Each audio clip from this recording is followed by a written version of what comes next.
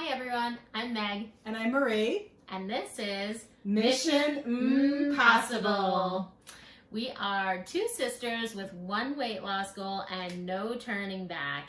And before we get started, we want to make sure everyone knows that we are independent Optivia health coaches now. Yay. So if you are looking into losing weight, starting the Optivia program, and want some guidance, Marie and I are both ready to help you out.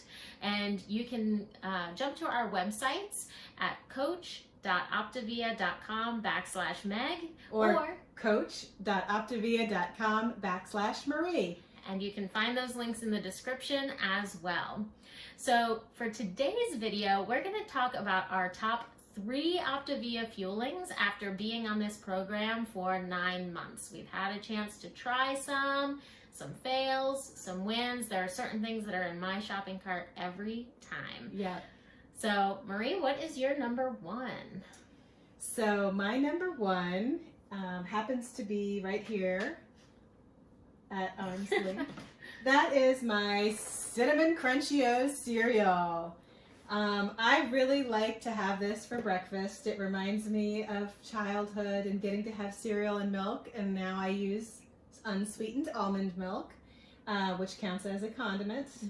And it just gives me that nice crunch. I try to eat it fairly quickly. I don't like it to get soggy, you know, but I really like the Cinnamon Crunchios because they have just the right amount of like sweetness, but they're not over sweet like some cereals can be.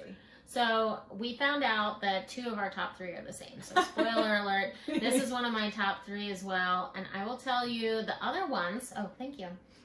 The other cereal that they have, the Berry Crunchios, I hate. I don't like it at all. It's like fake fruity to me, and I don't like that. But you are right. You have to time the addition of the almond milk, sort of scientifically, because you know, I like it to be somewhat crunchy, but also saturated with the almond milk. And I'll tell you, I really can't tell the difference between almond milk and regular milk at this point. I don't miss dairy milk at all.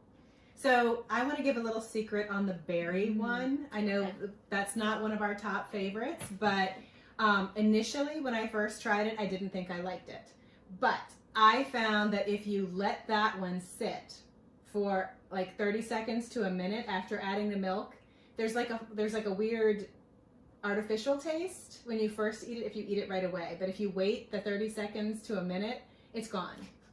I don't know what it is, but that's been my experience. Like the almond milk neutralizes it. Apparently there's some acids that get neutralized by the almond milk, but I think it tastes great that way. Very cool. All right, so number 2. Number 2, we are on Team Brownie. I have seen people on Instagram that either hashtag Team Brownie or Team Cookie. Team Brownie all the way, y'all. I mean, there is no other life, really. And the yogurt chips, those... Yeah, those are like gold. When you find a like schmelty yogurt chip after you microwave your brownie, it just feels amazing. Yeah, you won the lottery. I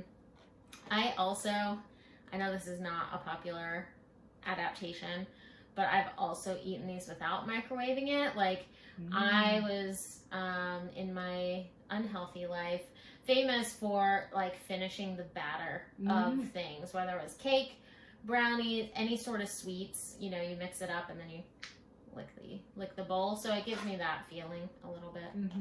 If you undercook it just slightly, you can get a gooey brownie.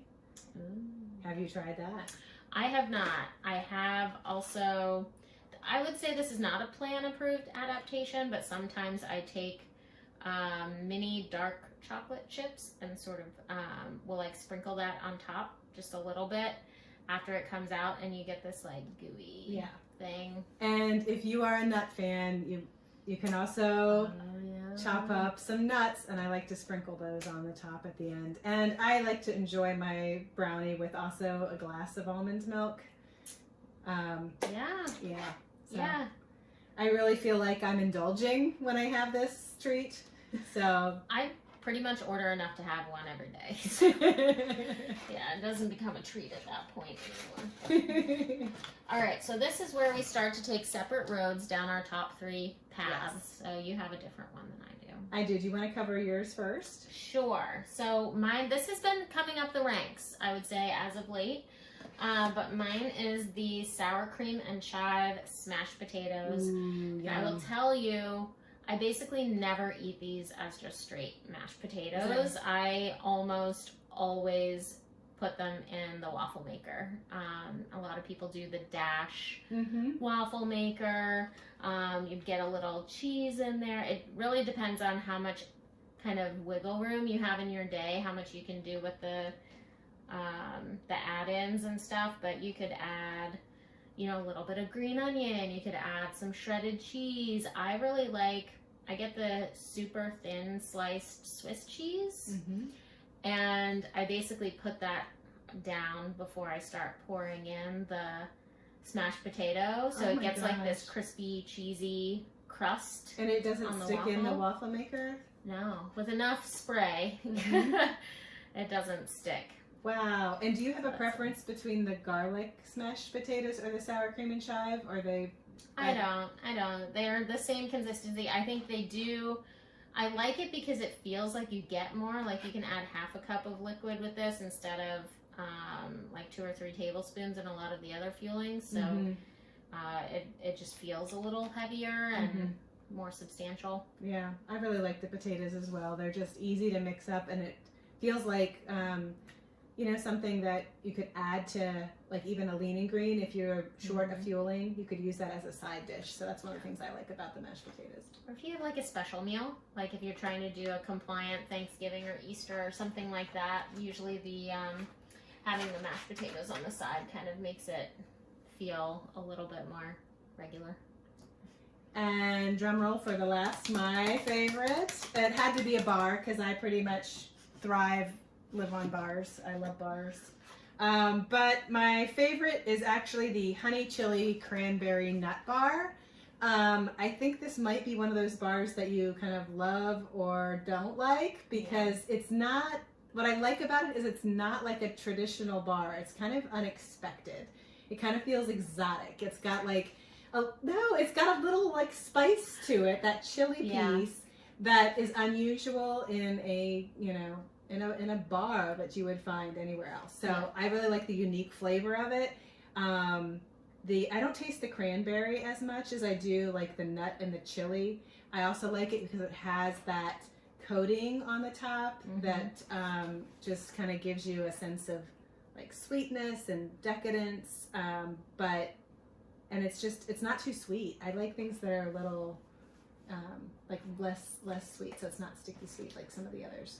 Yeah, I was gonna say this is one of the ones that's like a select Fueling, and so you have to pay a little extra for it. You never know like if it's gonna be worth it. I think with this one it is, because it's unique. The other good thing about it is it doesn't melt. So if you are going out for like a hike or you want to keep something in the car, you can do this without it just turning into like a blobby mess, which some of the other ones that have like the drizzle and stuff like that on there will just kind of. Yeah, and it is denser. Like I feel like it's denser than some of the other crisper bars, which I do love the crisper bars as well, but you're right. If they are hot, they kind of tend to fall apart a little bit. Yeah. So this is a good one to take on a hike. But of course you can see I like to keep a variety of Fuelings available, but those are our top 3 favorites. And your challenge, should you choose to accept it, is to join us on this Optivia transformational health journey. Again, you can find our details in the description below, and we look forward to our next video with you. Please let us know what your top Fuelings are by commenting in the comment section. Until next time.